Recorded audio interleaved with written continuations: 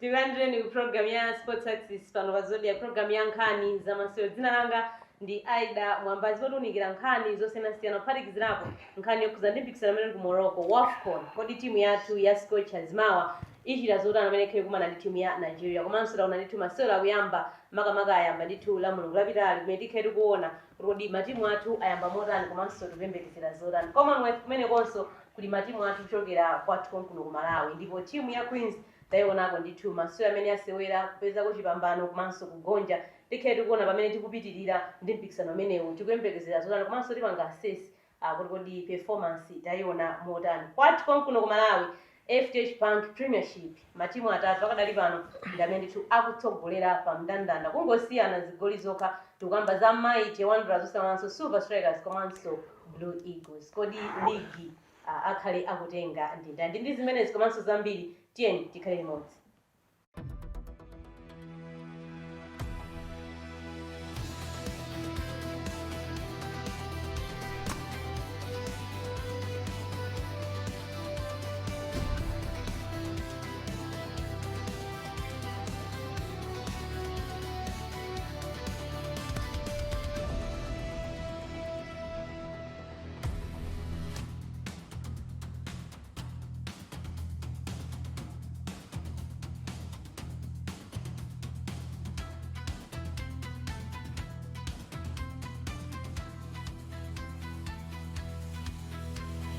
Ndipo program ya chalewe ya Sports Access ndithu ndi madolo amene akhala kukamba ndithu maganizo awo pa matopic amene nanena aja komanso ena amene takubweretserani tsiku la lero. Ndiyambire ndithu kumbali yangayi kumanjaku ndi Pale Chinyama. Ndikulanjira program ya Sports Access Pale.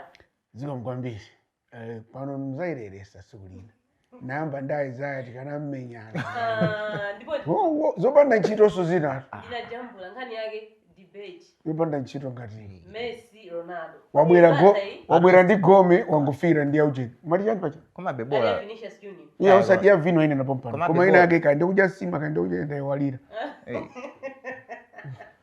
Koma at least inayo ndi pale bola timakangana bezomveka koma debate na rena yake no. You can't even trace ula yanga. Kodi inayo inaliti.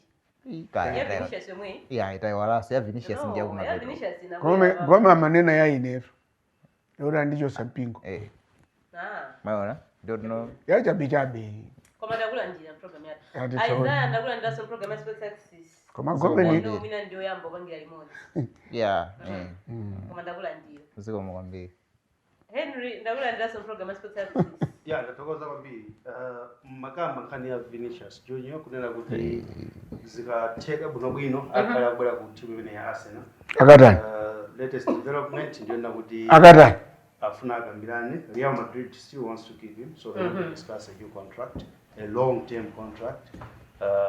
But Arsenal ikudigira kumbali ku because Arsenal ndithu yaponyera kwakuya afuna kuti we want Vini kuda bwere kwa Arsenal. So tiona ndi zikhale zikuthera pati asabwera akangobwera Vinicius Junior yo ndiye kuti paja timanena kuti league English Premier League tikati kutenga for the next 5 years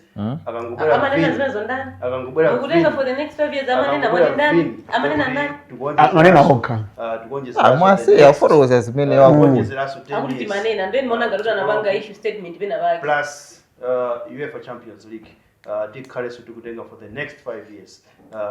So izo mene zikuchitika koma otherwise khani limeneyo panopo zikoni kuti machima kutata mwini siwa sitima miyang'ana pakamwa mwini siwa kama yankula mchonda akulira chanchani asiye wa Premier League iya manena mulenga zose mwati mukayamba mulenga zose kungobwera makamba za Champions League akabwera Vini wotabweradi Why are you sure what mukhoza? Gomi mwakhala ndi better players than Vini. I've seen young beg kumene kuja ajina Thierry ajina Thierry onini ajina Vieira amene munani maplayer mwino kuposa Vini. simunatenge ndiye mukanene vini odi wodi kapo kumatulukira panjira sitinatenge time ineyo fanyona nanduna ine ndimasapota Brazil koma amatulukira panjira ndi tumati mamwesa shasha ndi balance loriso zikayambaso kumuvuta amathakuluka naso amatuluka alibero amene zonaso opposition komanso tisavutike sangabwere kwa Arsenal basi olata bwera Henry uyiru alandirira izokunena zibe kanthu zibe uyiru mwamulandira akaneneza vidi akaneneza Arsenal UEFA zajani mwamulandira kwinako kulibe vuto asanenepo amene tunda amene tinawo program yachimene ya Sports Axis ndi amene anemera Henry Gome komanso Isaiah osewalanso pale chinyama ndimene pamakhalira panelo ipa makhala maphokoso nanenanso ivi ndi tisanayambe pali maphokoso Isaiah komanso ivi ni pale chinyama nkhani yokuza ndi Ballon d'Or ikupita kuti achokera kuti ndi nambazo kuchokera kwa Henry Gome nayenso debate yake kuza ndi Vinicius Junior anayiyamba atangobwera ndi mmene timachitira pamayaka pano pa Sports Access kumwambanji tiyambe ndi nkhani yokuza ndi Common Games kumene ndithu matimu osiyanasiyana kuchokera kwa Tikonko amene amasewera osiyanasiyana akutenga nawo mbali ndipo tione nkhani yokhudzana ndi masewero a netball kumeneko ndithu timu yathu ya Malawi Queens inagonja ndithu masewero oyamba ndi timu ya South Africa 65-44. I hope alese ndithu anaonera masewero amenewa Isaiah mwina kupanga performance kuipanga nalayi sikhozonena kuti timu yathu ya Malawi zinativuta pali kuti tigonje ndi mabaskets choncho ndi timu imene ya South Africa. choyambirira nichonena kuti no kaya ndi football kaya ndi netball kaya ndi chani nthawi zambiri ka history beka mapezekabe ngati kuti mwina kaupanga play part koma mukaona performance yathu ndi South Africa compare ndi mmene takhala tusewera mbuyo at least iyi tinaonekabe ngati kuti tinapanga improve koma nkhani ndionena kuti nthawi zambiri kakhota kumana ndi South Africa I don't know mwina chimativula ndi chani amatimenya kwambiri koma pa game imene tinamenya iyi at least tinayesesabe kuti no timayesa kuti kupanga match bolabe kagapu bega nalibe siyosale nkakakulu ngati mmene akhala kuti menyera mbuyo pambuyo mwa matimenya bali improvement mbuyo machakatimenya 6 ndoti mwina ife timabwera 30 so tikamakumana ndi South Africa nthawi zambiri marivuta I think mmene amatimenya wapo anatimenya kachi number 32 out of 45 meetings kutanthauzabe kuti no tinawo kutali kwambiri ife tangoina 13 okha ndikakumbukira bwino last win yathu tinamenya 2015 ndi mkhoza kuona bendi 11 years ago kuti no South Africa imativuta koma ndi chigapo chimene tinali nacho at least improvement inalipo akuti pali improvement mwina pale tikuyang'ananso ndi osewera athu amene anayamba masewero amenewa tinali ndi mwawi kumwenda tinanena kuti pakadali pano nayenso ndithu anabwerera kuti imene ya Malawi Queens akutsatiranso ndithu recommendation ya Dave Fuller komanso tinaona Ethel Ng'ambi Takondolazi Melia Soko osewalanso Martha Dambo Aisha Gama ndi Shabel Bengo osewera athu amene tatenga ulendo uno ndi result imene tayipeza South Africa mwina utha kuyankhapo motani ndamva kuchokera kwa Isaiah kuti bola zikuoneka kuti tikuchepetsabe zigoli kuyerekeza ndi masewero amene akhati kumana na South Africa kandikumbukire was the last time gap inali ya 20 something goals even 30 something inalipo kali kwambiri koma the last one was I think 20 titamenya now I think ko titamenya now mu African Nations inatabwa ndifuna ndikumbukire ndo I think inali 20 or something anyway but the gap si kusintha kweni so nkani yako ndo nimeona ngati saite concentrate in South Africa we have not improved in terms of play amount chita out play I think disadvantage yathu kwambiri is not kuti face it kutsomenya mpira koma it's a height for kaon sisa my interceptions amene amapanga South Africa amakhala bwino koma in terms of runs Malawi is even better than South Africa koma nanga you can't run kuti ungoyethamanga ndamona Takondolwazi I think is a workforce I think ndi kena kakuma mchita substitute Takondwa tumati ndani kanzika nakachi aliko bwino koma no disadvantage yaikulu ndi mene yonena kuti ndi ma height so sindu zafanya maita concentrate kai pa South Africa mo nditikanane nayo wina sina kanopanga kuti masewero amene nayo yambirira timafunika tizinena zabwino kai tisanane nezinazi so but anyway South Africa I think we haven't because it's number 1 in Africa ndiye ife kuti tizaichinya we need a lot of homework to do sifo amene ndayonena but scoring rate ya Mwawi I think is 95-99 100%. ya Dzulo usiku was 100%. Watithandiza. Yeah, akugwira ntchito ita mpitisiro zoti watithandiza. Meso nsewa apita kamenya wala. Fati kati watithandiza ndingatatenga achamata asilikali ankhondo amaiko ena mwangu alemba aganyu ndi atithandiza. Koma if you are fighting for your country, you have worked for your country. Sinkhani one kuti atithandiza. Wagwira ntchito yenelera kugwira imene tapitisira kumene koko sizoti watithandiza zonse. Wagwira ntchito yake kumene. Akuti wagwira ntchito yenelera. Henry Gome nkhani ndimene masewero yambirira amene timu ya dziko lino kumbali ku netball anayamba ndi kugonja ndi timu ya South Africa. Mwina okhoza kunena kuzotani pankhani yokudzana ndi performance. Yeah, I wasn't really surprised. The number one outcome ya game manager because nanena kale kuti tikaona po imene tililimu timu imene ikuoneka mwina tikhoza kukhangalira tapeza chipambano mwina ndi Northern Ireland ndi mwina tonga Osatheka. tidatiso talimbikira kwambiri. Tonga. Game in South Africa, I knew it was going to be a tough game, and indeed it was a very tough game for Malawi. Pali zinthu zingapo zimene zipanga observe. Number one, asikana athu aoneka kuti amakamana ndi South Africa amakakhala kuti they are already defeated.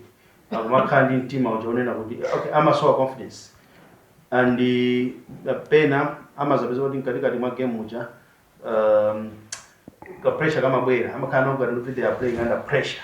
Because mwaona game jamene inayambira right, tinayamba kunbwino, okay, tinayamba kunbwino and then tazayamba kumaluza mipira, okay, katikati mwa game mosa kuti South Africa ikuluza mipira ati ndi mwaona kuti tikhoza kupanga level the scores koma mwapeza onera kuti tikukanikaso, okay. Nde pena pake ndikumaona ngati kuti whenever we are playing South Africa asikana athu amaoneka kuti they are already they are under pressure. Komanso confidence yena kuti mina South Africa tikhoza kuimenya mulibemo, so amakanga kuti we are already defeated, so timakanga already kubwera pambuyo pa South Africa because if you look at that game mene nayamba takhaonera bridge amene nayambira mucho because South Africa chimene napanga cheni chona kuti mene nayambira game mucha ndikuona kuti awapanga china chake chona kuti ifeyo atipanga upapawa sinimachiona kwenikweni. It was just talk ifeyo kukanika kuti tipange continue pace made nayambira game nija. So I should say now kuti I think that's one of the major problems zimenda ziona kuna kuti tikamwa ma teams ngadawawa timakanga kuti basi tinangojikhazikitsa kuti kusidinga main. I mean how we reached the difference here 21 baskets 21 ati tuchoke kusati tuchokera kusati goma bola aro tuchoka kusati rimenya 60 rimenya 30 so I should say here now I think we still have a lot of work to do. I expected maybe with the coming in of Angerezi yeah, we can give you our time. Let's give our time.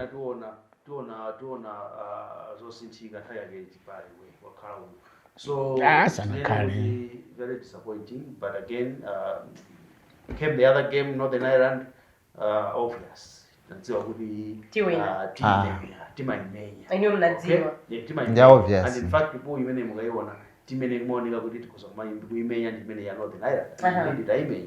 So tione magame ena amene akubwera I think there is England kumeneku, there is Tonga amene wafotokozera. I think there is also Australia in the same group. So tione kuti kumeko kumetizika kuchidwi kwambiri kuli kuti kumeko marizatsi akazikhala otani. But Northern Ireland ndiwo awawa ndizoti zachiswikire kuti awakwena kuti amenya. Kumakonya ndi awawa ndi kuti Ozio, Northern Ireland ili ndi feeling yomwe ali nayo tili nayo ife ndi South Africa. Chifukwa ukaitenga height ya Northern Ireland ndi ifeyo, they have got better heights and my shooters are very good and they are awiri amene naona awo that I keep on team. Both ifeyo I think chimene chinatipatsa kwambiri age was I think endurance imene tinayo matamangidwe ma interceptions amene analipo aja ndeti moneka kuti ukangopita kutsogolo.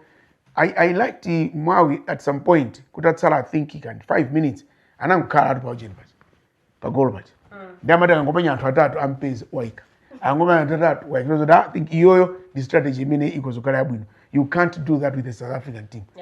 Chifukwa simungaponye ma long balls ngati majasa anachita intercept. So I think we still have time chifukwa chimene manene na Gomez onena kuti we have to give her time is kuti ma player amene wapeza bendi omwewa amene amamenya kale aja ndochepa amene alatsopano. So she really needs to identify her own and bring in a different situation altogether. The fact that tili ndi ma coach ngati PC ndandani enanso amakhaliti ma influence tina ndi tina timene tikozokhala ma players amene akumenya ku Flames ndi andani ku Queens yeah ku Flames ndi andani kodi tukamba ndaje apasua amene samamenya kuli uje kuli akoje nafe mwina imene mukayibweresa tiyanga nakopeza ngati chisaso because if you look at the Queens imene ili pakati pano Fula komanso mina mukwizi mujaso anaso enanso ana ndadikira ana itana maplayer ngati uyu Fula tabwe over 30 players and then anayamba kumasefula hapo kumadani wakhala inuyu almost 6 months ali kuno mwapaka kumadani mpaka no kwizo kuti wali pangane ma players and in fact she's someone I mean who is been no koma ine ndikutengera kuti she follows my netball and she's been here for so timu iwadenga 6 months is a short time hapa timu iwadenga ndi yake nomata ma player ngati ngakuti now ine ndikutandaza kuti chifama player awo iyeyo wabwera inde atabwera muja amaina okhala bendi mpata ngamina okhalira umu for me ndikuona kuti ndinthawi kuti achita identify because it's not over a year yet pamene mbunena Pasua started coaching a local team in uyu muda akapanga identify wina ndani no anangatira oda akampanga identify now wait identify ko ndikumbwesa straight mu team Can we continue? mina ndimene tayambira timalize modani Isaiah kumbali kuzina ndi timu ya Malawi Queens kutengeranso ndi group imene tinayo Maswera amene ali kutsogolo kumina ndi mmene waonera performance yake Maswera amene ayambira apange zotani kuti mwina tioneko zosintha komanso mwina ngopambanako so masewero ena matimu amene tasala nawo mwadziwa omwewo atani ngati kuchepetsa zigoliko apange modani sizochepetsa zinthu ife tikufuna tiwine mwina England ndizotheka ife pamene tili mukulu mwathu tili pa number 4 I think so Austria ndi Tonga pali Australia England Tonga tinamenya nawo Tonga so tumenya ndi Tonga anyway tifunabe kuti mwina tiwine mwina titafika mwina pa number 3 mu group mwathu komando zitengera kuti no England Australia ndi South Africa amene tinganchosemo mmenemo ndi ndani otherwise we can just fight for number 7 mwina ndifana ngokumbutsa pamene kupanga program ine ndoti game ya England yasidwa kale around 3 so ndoti tiona kuti magame amene atsalawa tikhale tikuchita modani koma ndimene ndithu yayambira timu ya dziko lino imene iyi ya Malawi Queens tiunikira kuti zinazo tsogoloko zikhale zikuyenda modani imene ndanenera kuti kwapita masewero osiyanasiyana chinanso chabwino kumeneko Elias Bonzo amene ndithu nayenso boxing wapambana masewero ake mmene ndithu a men's category kumeneko ku 65 kgs around 32 atamenya Aston Ryan okuchokera ndithu ku Antigua amene yonse akuoneka kuti zamuyendera bwino kwambiri takhati kudandaula pale nkhani yokusana ndi boxing kuti kunoko zimaoneka ngati kuti matimu osewera athu kuchokera kunja kwa dziko lino akabwera kuno timachita bwino koma ife tikangotuluka zinthu sizimatiyendera okay ku Commonwealth kumapita ma amateurs sikumapita ma professionals so kuma professionals ine ku ma amateurs amapita ku Commonwealth nthawi zambiri amapanga bwino ndi in mind like Shasha Masamba atapita mwe ujako anabweranso ndi medo yake so ukuku sikumwadandolotsa kweni chifukwa at least amapita kuti akukachita amabweretsa ko result amene timadandola chani ma professional the so called professionals in Malawi amene akapita maiko anzathu palibe anabwerapo ndi kuti wachitako bwino kupatula mwina Aisha wa boxing nzikanozi Bashir alipo awiri at least asikana amene amabwerapo ndichikoma anyamatawa kupatula Chiremba ekamwina wapitapo at level yaikulu kwambiri koma enawa amabulidwa osati pang'ono uzimati wina anakakhalapo ku Canada anamuchapa anathera konko amakhala konko mpaka nalero samabweranso ndikankumbukira dzina ndikuzana at least amene anakamenya be at that level kuti wachitapo koma ena onse amene akhala kumamenya kunoko olopa Tanzania pomwepa wina analira osati pasena mupinyi kumenyedwa ngati wakuba ena anapita ku Namibia huko koma no ukaba phone ya munthu amakubula sizinaoneka so koma apapa nkhani ndionena kuti kumeta pita kuchani ku Commonwealth imapita ndi ambiriwa ndi amateurs and amateurs athu normally amachita kwa bwino so tini mbiri ya bwino in terms of amateurism so it's imene chodandalitsa kwambiri okay jabwino mwina tikuona so nkhani kuzana ndi swimming zikuoneka so kumeneko zativuta kulengera kuti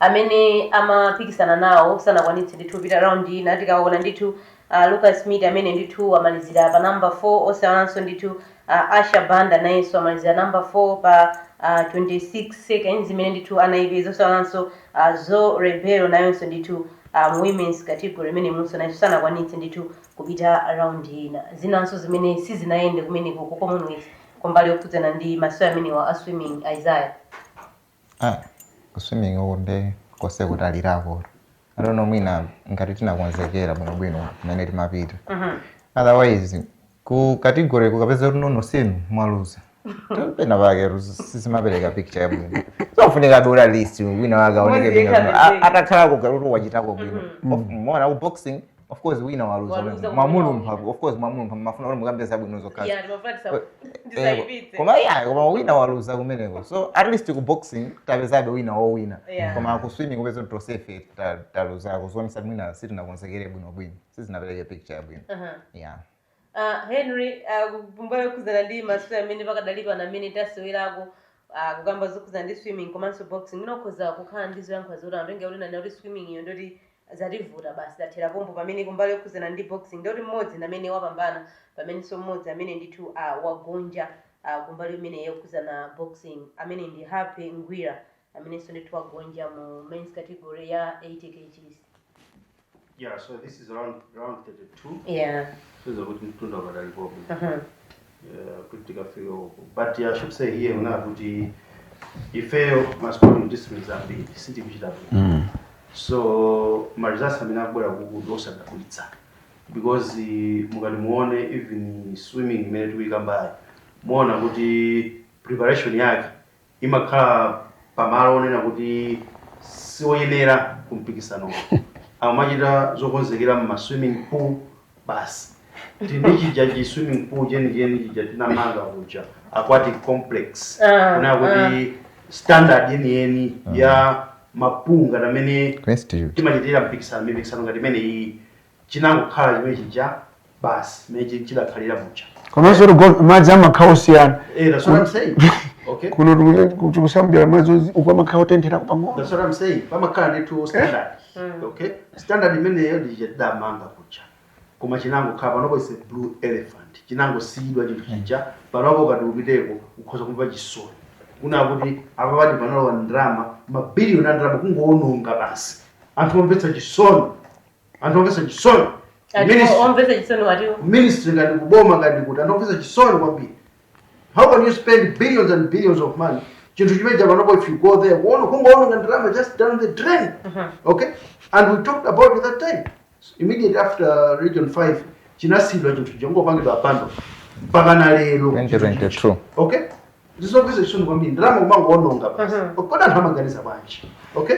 So tili ndi malo ngati amene aja ona kuti anakhoda ali bwinobwino anabweza makakonzekera bwinobwino malo ngati amene aja akapita kuchako osaona chinthu chachilendo koma akusambira pa swimming pool tapa crossroads tapa ndi hotel pa mahotel pa swimming pool timene chati and then you go kumpikisano chipu kuno nduko mwana wina bwanji akusona zenje zachilendo mazotentha so kunoko ndozizira tilibe feyo ma facilities abwino amona ngati atu kusamba akuza kumakonzekera akapita kujama zona zithu zachilendo wina ndujana fika umwe kuja kuvula sapato kamutama ngabera meneko so tikuze ni inagera u China kani mene madam loveness chikwa hapo koma ngani makali na she was comfortable in barefoot. We don't have the equipment no yoti mapulti athletes atwa azikonzekera bwino akapita kujasika chita because akapita kujasima khalo zachilendo zimakhala zachilendo and kuti apange performance zimakhala so masipani disciplines ambiriwa sili kuchita bwino yani ukokota pita inde ngati atsamunda adida na makolo athu ma British kumwe ndi atsamunda it's maiko amene analanda British protectorate so timapita umene kuja zikatikumbutsa utsamunda wathu kuti baja inu munali pansi pa ife bwera anonse that's what happens so tapita mwe kuja basa as usual kuma not necessarily kuti tabinojo ndikapanga compete kuti tibwera nemamendo wansona mwina Henry Gome mwina kungomalizitsa tukamba zokhudzana ndi masewero osiyanasiyana amene apita ku Commonwealth akambako zokhudzana ndi netball komanso swimming pang'ono chabe mwina masekanzi tiyembekezere zotani masewero adakali imene tiuneneramu Henry Masewero ya atatu. Masewero za tokabo 180. masewero Yeah, mwina go Then maseconds yo atatu. ayi sanati No, kwa maana ufungo kamba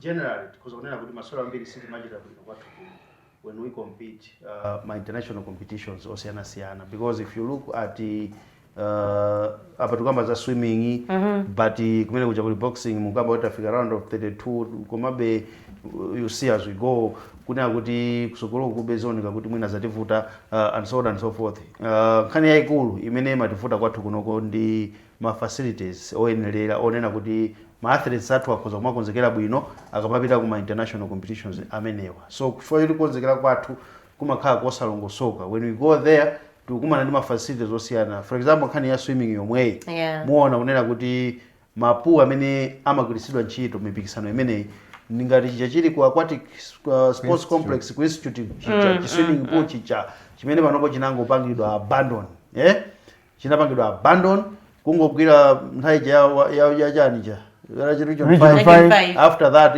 we abandoned that thing ukapita panopo pamachita kumvetsa chisoni awawa ma athletes wande kuti kukonzekera akumaiza ma swimming pool ma hotel wa basi amene makosiyana akapita kucha ndisachilendo even kakulidwe kapo and so on and so forth ndizosiyana so you would expect unaya kuti akhoza kuchita bwino that is why muona kuna kuti every time tikapita mipikisano yakunjayi ma athletes athu sakuchita bwino so those are some of the things made kwena kuti tizonekere bwino let's have proper facilities kwathu kuno so ina kuti ma athletes athu azikonzekera bwino akamapita mipikisano ngati imene ndi zimenezo ndithu zokhudzana ndi mmene zikuchitikira makamaka ku Commonwealth kumene tikhale tikuona ndikoti zikuyenda motani masewero osiyanasiyana ngati dziko tikhale tikuchita motani tipita ku break tikachoka kumeneko tiyang'anako nkhani yokhudzana ndi AFCON komanso FDH Bank Premiership zayenda motani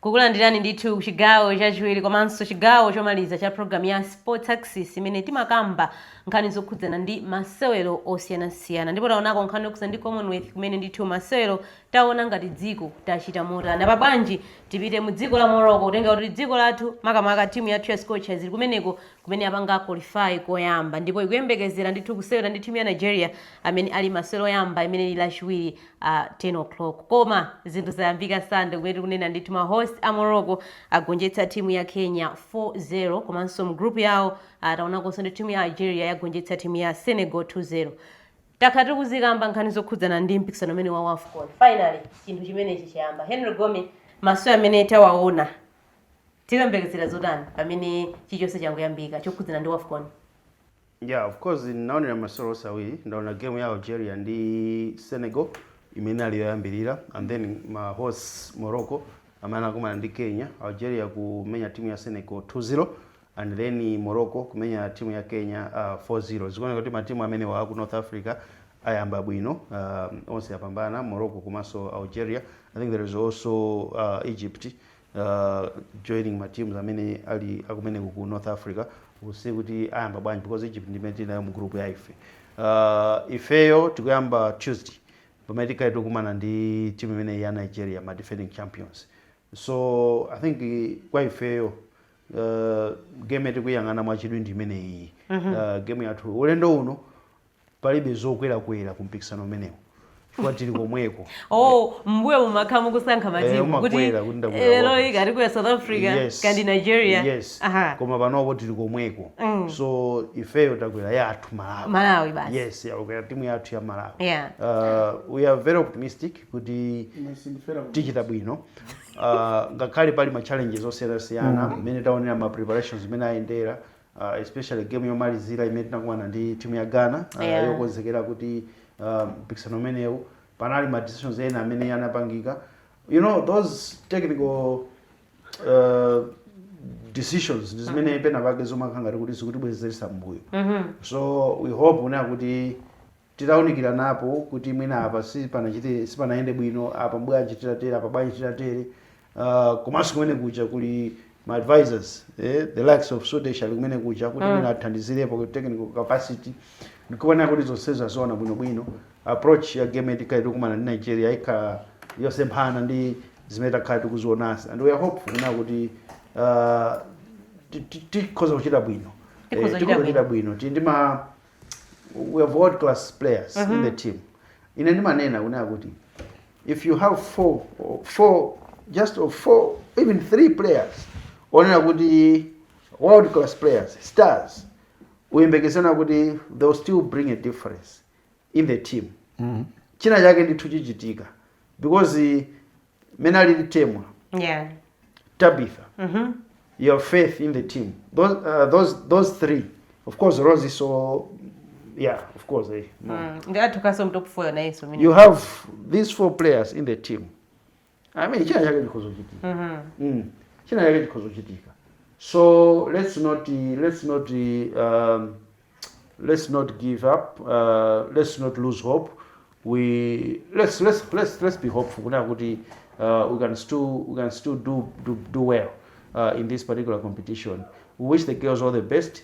Zambia vanopositikamba because the girls are already in the battlefield. Zina zitizazona tikabwera but panopo mene zilimu tiende avasasika na morale kuti alimbikise even the technical panel.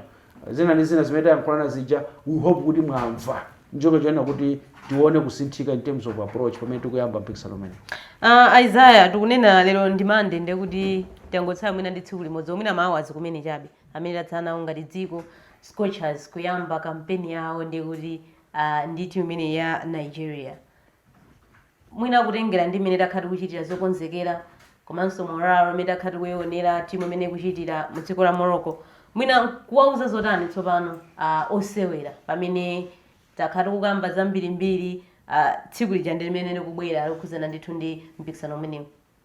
Chikhoza kukamba kuwauza osewera umano I think message kwambiri kwenda limuze Love Mofaziri amene tumudalira kumene famina osewera khoza kumva amene wamva kwambiri ali pa bench. So the thing ndionena kuti no tibereka message kwa Love Mofaziri to say we are facing Nigeria, the 10-time champions. Ndi timu yayikulu ndi ifeyo. So mwamakumana ndi matimu ngati amene ukaona mmene takhala kuchitira mbuyomu osati in a good shape. So choyambirira nchonera kuti you need to bring that harmony mu squad kunena kuti no tiwale zimene zachitika kaya tinaluza ndi Ghana 4-0 tiwene zimene zachatiwale and then tipange concentrate masero amene akubwera. Famu kawina game yoyamba kapena even a draw ndi Nigeria kwa ifeyo ndi result yabwino kwambiri. Mukapeza positive result pa game yoyamba mu group yono muli mali mu 4 makabe ni ma chances ono alipo uri mukhoza kupitira kuchani far. Zambia umenya ndi Egypt, so ambiri tumaganiza kuti mwina Zambia ndimene ili ndi upper hand kusiyana ndi Egypt. For Egypt sina chinyembo Zambia anangomenya kawiri kokhaso. So Zambia ngati ingawine kumenya ndi Egypt ifeyo kupanga draw or kuimenya Nigeria uranthu zolifeyo timenya msamangole bwanji. You know, Cape Verde World Cup inakwanisa kupanga hold Spain. So Chiliyose mungaiona pano Nigeria ichai ndiye muzitenga mmene lili Scorchers ichai kodolo temwayo mwamwelekezi ndi ndani ku Nigeria. Ndizoteka the thing ndonera kuzikhulupirira mukakhala no mu self confidence ndi mukakhala no mapanga ka approach kabwino kupira mu game. Ine ndunena titatira pesa draw pa Nigeria ndi result yabwino kwambiri. So kusogolo ndoti kumana ndi Zambia ndi Egypt. So Egypt ndi timu yono ndi yabwino wereza ndi ifeyo komano tikabwera mu tournament sinakhayepo timu yabwino kuti machita bwino kuposa matimu ena. So matimu amene tinawo option mu mwathu ndi Zambia komanso Nigeria. So ifeyo ngati ngakwanisa kupanga hold Nigeria kuyichinya ndono we have high chances for Zambia timagwirana nayo pena timayichinya kumene. And Zambia tikutumularo sakhala sewe Zambia ulendo no iwe ndi wafco niru kumona ngati zachibwana ifeyo timu yopsa kwambiri ndi Nigeria koma Zambia we are at the same level tikhoza kumenya nawo.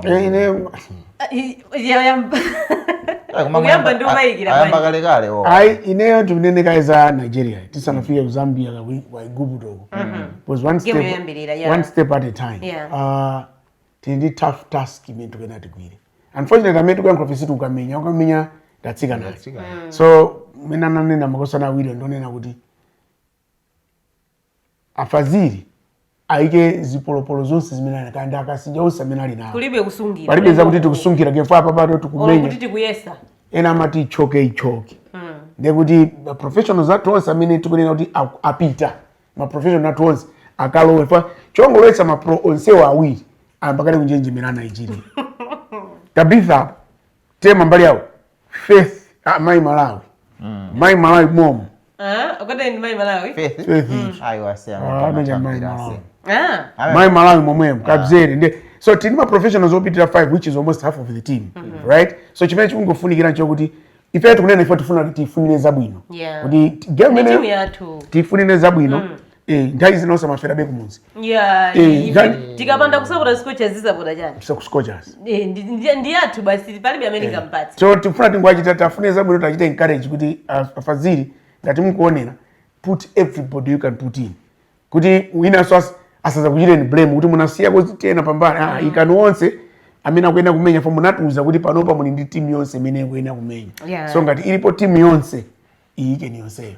And we expect kuti ngati wina sakuchita bwino make a decision faster osati mudikirire kuti kwa pano pamene tikuonera ine ndifuna kuti alliance amene akuyenda kumenya amenya. Unfortunately kulibeko Asimenye first game hii chifukwa Asimenye is another good player amene maranzi ake ku right kuja amakhala bwino. So anything in football can happen. Amazozoti Wanderers can be held by masters.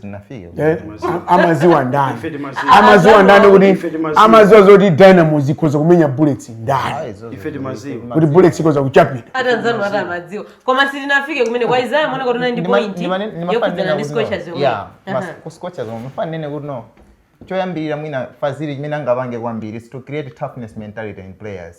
Ifeyo tinaonavo Flames irapita ku AFCON, I think 2022. AFCON.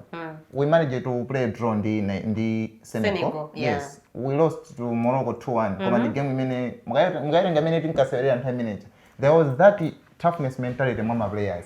So ndi chimodzimodzi chimene tikampake aging love mofaziri should create that toughness mentality. You can put the play team yonse ndapanga field team yaboma if the psychological part of players so ipange psyche. So it's matokhabe zovuta. So create that toughness mentality among players. We should not respect our opponents. Iwaja wakalowa 11 fero wakalowa 11. Chimodzimodzi. Tindi miendo so. Tisakale busy kumango jambulisa. Tisamango khawo kumango jambulisa. If siri tabiri create mentality. Tikane mentality. Tadikira tikane mentality kuti tapita kamenya nkhondo. Yes. Jambulitse akasewerera. Sitinapita ku picnic kuti tikajambulise kumaluwa kwina kwake, tikajambulise ngani imene tapita ku tapita kamenya nkhondo. Aida maluza 5. Chauya ndijana amene. Siri kulita lafika. Chauya ndijana koko. Ndetu kuyake. Komano tapita kamenya nkhondo. Okay, my point ndio nina kuti no. Asa jambulise. Ifeyo tamenya ndi Nigeria. Okay, last game tamenya ndi Ghana. Yarimenya 4-0. Yarimenya 4-0. Ndetisa jambulise kwa gonja. Okay, for me mutaluza 4-0 ino kumapita kumajambulisa kaya majambulisa ndi ndani ku stadium komwewe mudakali ground. Kwa ineyo sinimazona zabwino. Zimandoneka ngati kuti mwina simunamve kupweteka ndi kuluza umene mwachita.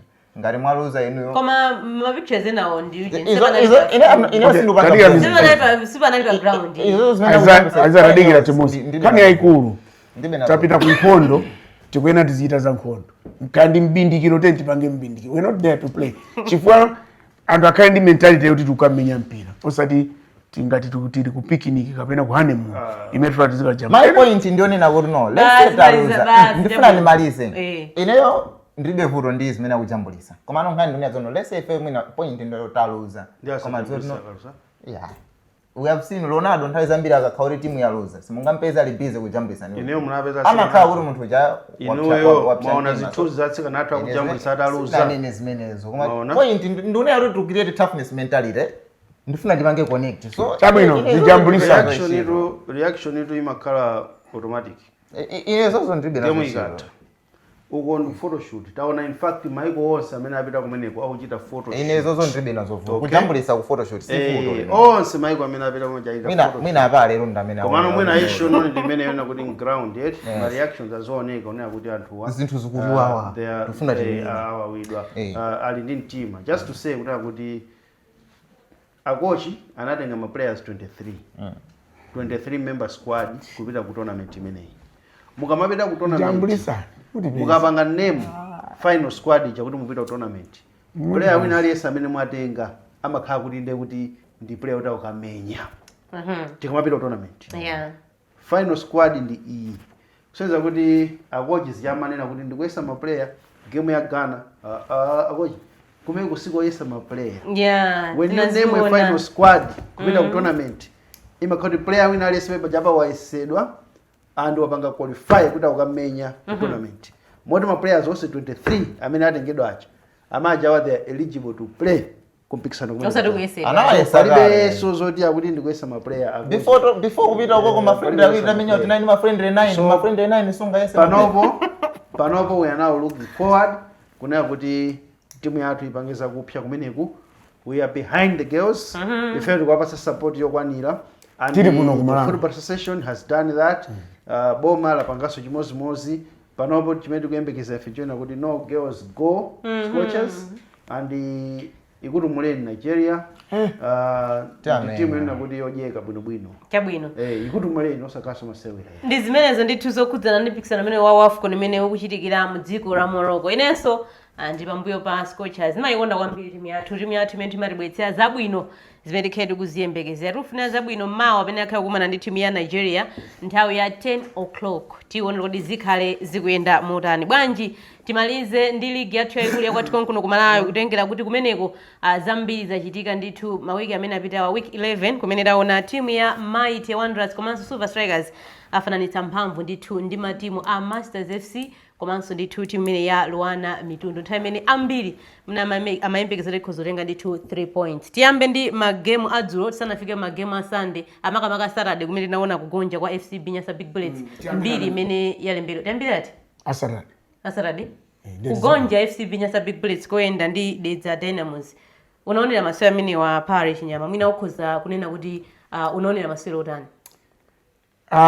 very sad ineyo ndinadandaula kwambiri fanakuzana kuti ngati Bullets sikumenya bwino mpira pa Malawi it affects the national team sina menye bwino 45 minutes osamenya pa goal not 45 minutes yoyambirira ichi 45 yosage osamenya pa goal pamene anacha amenya kubera second half I think amenya kamodzi inaibe shot on target Bullets no shot on target kumenya pa goal ndimwe ngati nakamba lija anatulutsira kumenya kwatukira kuona flag kucho ina kutuka so koma on target no and no threat yodena kuti Bullets ikozopatsira na mwina katatu kapena kanayi osateka sasa mwana kuti pa half time ndimacheza ndi Isaiah nanena kuti Bullets ingatifuna kuti ichite control chifukwa panali uyu mwana mati tatenda kandanda tatedwa wirati amene amenya pa jersey number 44 ine akamata akutapanga home up janena koma uyu ndi player uyu matamangidwa amene anapole amana kugunda touch yoyamba kabula wake akufika mwakatumba kuti kabula si size yake koma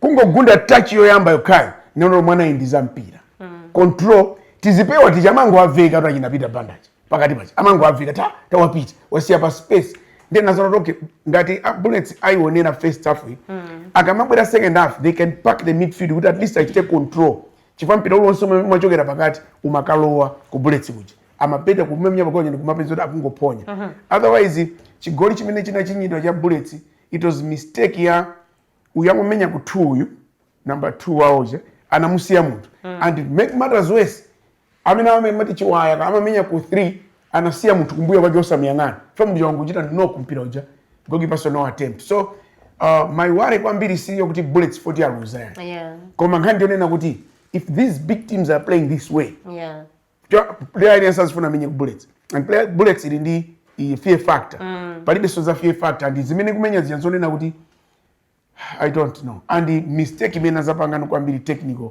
with due respect to Heston Mundari anatusa Peter Band for what reasons for Peter at least amapereka kumipira and amenya ndo opyezeranso wina amene amakhalapo so zimene I think mpira usuna end right so suna end kwenikweni kuti osati for the Bullets ya lose koma Bullets sina minyi mpira kuti ukozo panga kuchita inspire munthu and okay sichodabwitsa kupeza kuti Bullets sina peze result for nthawi seka pita padedza it struggles at least team imene machita bwino ndi Wanderers ikapita koma Bullets sina chite bandi yakupanga and the aggressive mtsana siye was kuti tilinde zikhulupiriro zomwe zija zakale zomvesa isoni wiki yonse week in week out ndimangomva zomwe zomvesa isoni sintha muna mabwalo kuona kuti anthu afika po maberekana ku long ground okay ine mwera ifaje kuti ati panabwera wina wake anazawaza tina tachi toganiziridwa kuti tikozo kato sokoneza game I think amene kabindo wa Bullets chifapa nepo panapeza kuti pani I think Algenades tukati kani ma stewards kani ma supporters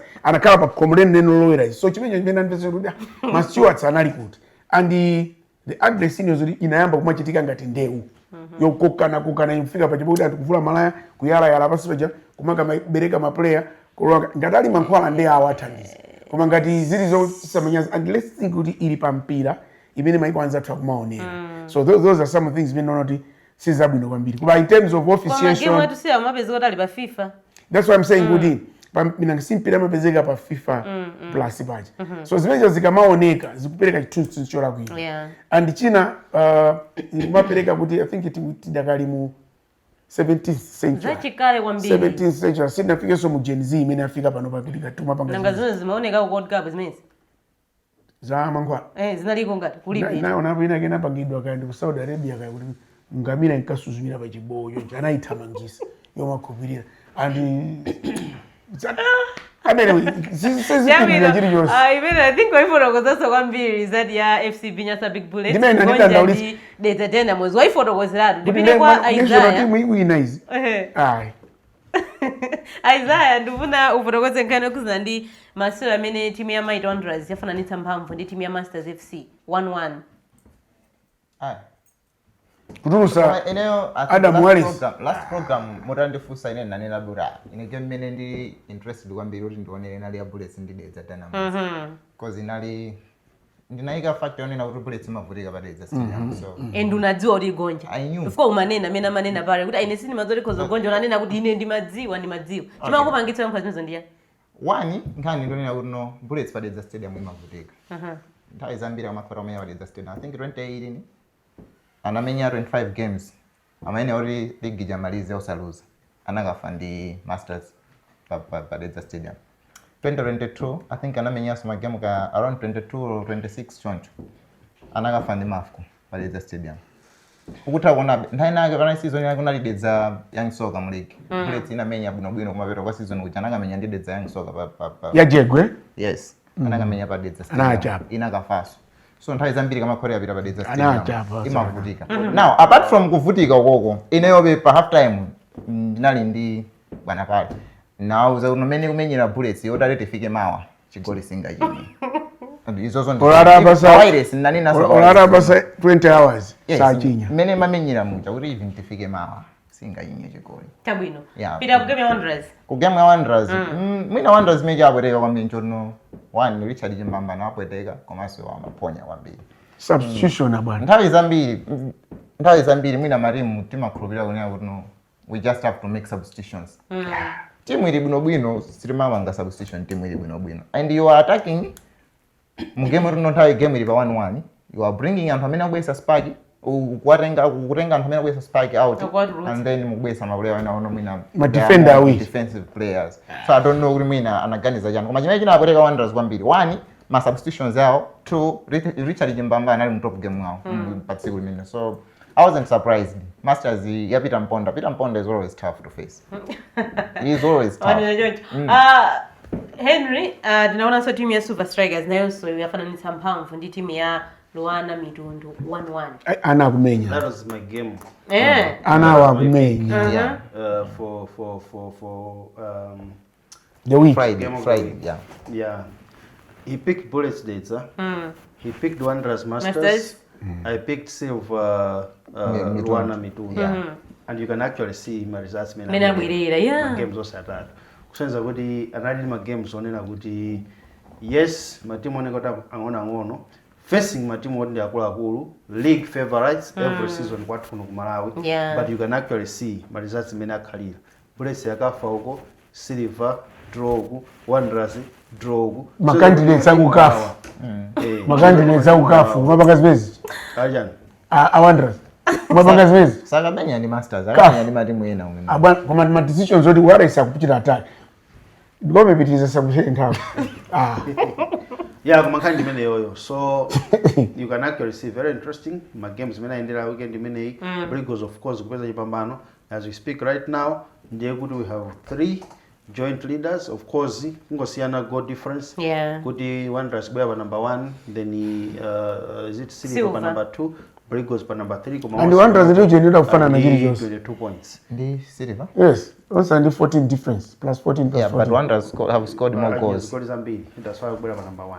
But so, the difference is the same. Yeah, goal difference I'm a bit about the goal is many more junior. Yeah, but I break my Yeah. So it's becoming very interesting. Now 11 games each. Libe munava ligi jagaji. Competition many kwendera. Bullets I think kwa number 4, is it Ndija? 20. Yes, pa kusena ndi 2 points. Panaba kusenda 2 points. So you're going to go the Bullets mungo win a game modes. Awonse ndo kudraw it sakabena kupuntwa. Ili kale pamwamba. Ligi ilipo ili bwino kwambiri. So competition igona kodi kadalipo be even ukabwera musiku tough for Craig. I don't know what you know Atani. Yeah. But the things are getting very Kabena Sizi wenda. kufunika kusala kuja kabena ndi upembedzera mupadera. No, but I think the only solution or the only option they have now is transfer window ikatsekulidwa. Aguleso? Yes, they really need. Kodo alibe osewera? Then what is that subject for Jan? Okay? Mwina magulidwe sama maenda bwino. But they really aibanga analyze squad yawo icha, then abange my decisions. Yeah. Kuma team of the week They really need to bring in some. Team of the week in team of the week esa sange team of the week. Team of the week in the Mafco. I mean can KB. Yeah. Yeah, win 2 consecutive games mtani muone. Koma this mena winner 0-4-0 ili parade card this one. 4-1. They win 4-1. Koma at least adzukako. Team of the atanabwetsa njuchi. Kani ndio nene. Kani singoshi. Ase. Maliza ndizibi. Ndimalize John. Njuchi kodi za. Kani ndio nena kuti. Atanabwetsa njuchi. Anthu amanena kuti mukakhala ndi kabudula wakale city tire. Chifukwa nthawi zina ke umafuna ndikuumbenjera. Kama zan Kevin Angandi. Hat-trick. Amene wabwera samembe zoda consider. So team of the week is KB. Players amene ndamuona wachita bwino ndi Kevin chifukwa wachita resurrect the team. Chabwino. Team of the week yako ndi jani? Henry no nthawi dilibe. Game yaka mu Barracks ndi Mafco. Zinachitikaso game ina. The Masters. Pali Njuchi baweva. Akangozifaira zili pena zimagona pena pake. Mukapitiriza za Njuchizi tibana sivo chifukwa baiba jamujira kuti Njuchi zumasokoneza mpira koma Njuchi zumungu ziyang'ana. So next game so ensure kuna kuti Njuchi zija akauza wildlife za fana zonse ndizifuna kani moyo. Zumasokoneza mpira. Team of the week yako ndiye? Team of the week. Luan. Team of the week. Luan. Isaiah. KB. Team of the week here inayo I'll pick the Dynamos. KB of course they are winner 4-1. Kodi ya kufuta mbili data? Not like that. Kama no KB mamenya ni Mafco na so are struggling. Kama right now I would pick the Dynamos and Mamenya the Bullets is not struggling. Amenya ndi Bullets already team ili number ina. Guys, Bullets see with a struggle. Bullets is in number 4, difference in the 2. See what you and to manena kwambiri Bullets with a struggle. But look at Bullets in position minute. The difference is just 2. Ninajifuata my expectations I mean now Bullets. Team of the week ndabanga pick the Dynamos. Chabwino ndimene ndithuta malizira program ya timene ya Sports Access titokoze kwambiri Isaiah Henry komanso pale amene ndithu anali ma analyst athu program ine ya Sports Access osawalanso Pempo Buda anandithu pa kamera ninani stand pa kamera pamenepo osawalanso TD wathu tsiku la lero cha kunyambo Aida Mwambazi dzina langa pulizani kuonera Zodiac TV. You are producer.